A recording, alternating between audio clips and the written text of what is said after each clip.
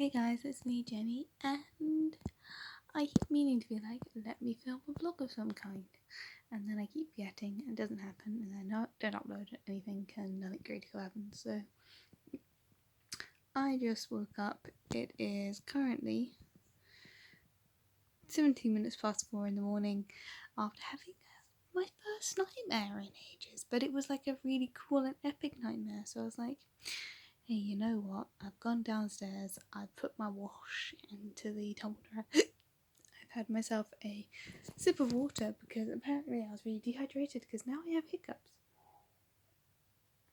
So I can't go back to sleep until the hiccups go away. So I might as well talk about my dream, which was like epic and crazy and really like emotionally impactful. And I don't often remember my dreams, so I'm going to talk about it because I can. So I was kind of in like an adventuring party. It was all it was like medieval, but also in my hometown.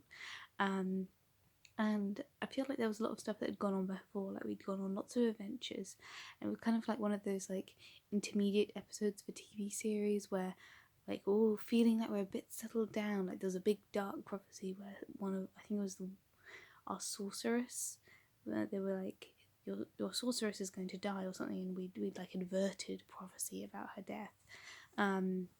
So it was like me and I think the sorceress and another friend, and I was like a warrior, and so I had this massive sword. And we were like, we've averted this prophecy. I think that's like the kind of preamble, like the emotional weight that came before the start of the dream.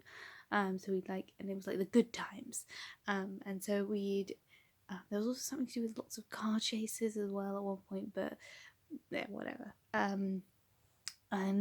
We decided that in this, having solved the big problem, that it was time to settle down. So they were like, let's go flat hunting because there's further down the line we've got a big battle, but in the meantime we need to like put down roots and relax. So we were like, the best way to find somewhere to sleep in your local town is, apparently there's a great and ancient tradition where you talk to food vendors, like established businesses, and above them they'll have a room which you can then rent. And we went to this really nice place which is like, I think, based in my town, like a real place, although the real place is kind of skeezy and gross. But like in my fantasy world, it's like this really beautiful curved corner of a pub, like medieval building, and the pub owners were really lovely. But then they were like, the room is like £800 a month, and I was like, well, we can't afford that. So then it transitioned into this kind of montage of like trying to find slowly cheaper and grosser food places to live above, and like it went into like fast food places. And at some point we acquired like a bunch of like, there was a whole subplot about because we'd averted this prophecy, that we could like get these kind of storybook full size animals made out of paper, like the Wind in the Willows animals. Like there was a giant turtle and a badger, who like they weren't really part of the story, but occasionally we'd go and talk through stuff. They kept on talking about memory and remembering things, and anyway, but I remember them kind of being part of the whole scenario where they were like nostalgic and part of our memory of things, and representing our childhood emotions or something, and they would be in there. And eventually went to this we went to this okay but kind of big gross chip shop. We went upstairs and it was okay, but it was still too expensive. So then we went to this final place, which we went inside, and it was disgusting and it was stinky. But I was like, well, I need a room, and look, they're advertising a room for only £400 a month. That's really cheap on rent.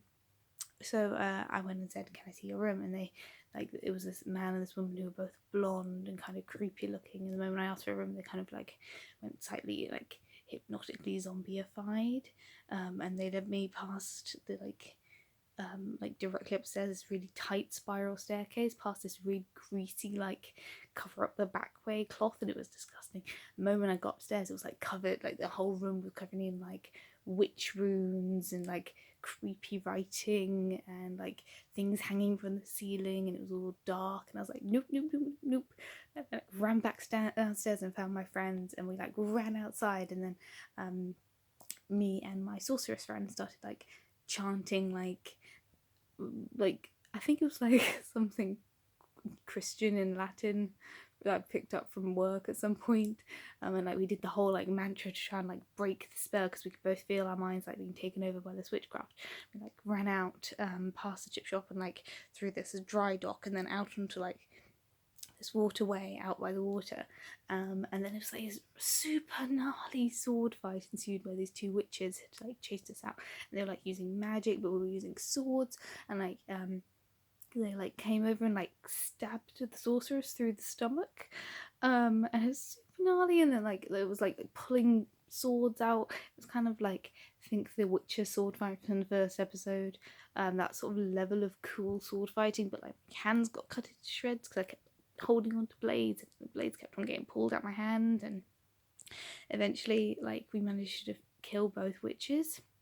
Like I triggered a spell, like I had some magic, like I trigger a spell and the female like witch exploded as like revenge for stabbing my sorcerer's friend and killing her, and then like my final line was like, she shouldn't have died fighting you because it was such a pathetic meaningless death, because we were all so relaxed because we thought we'd averted the prophecy, but she died anyway, and she died fighting a bunch of fish and chips witches.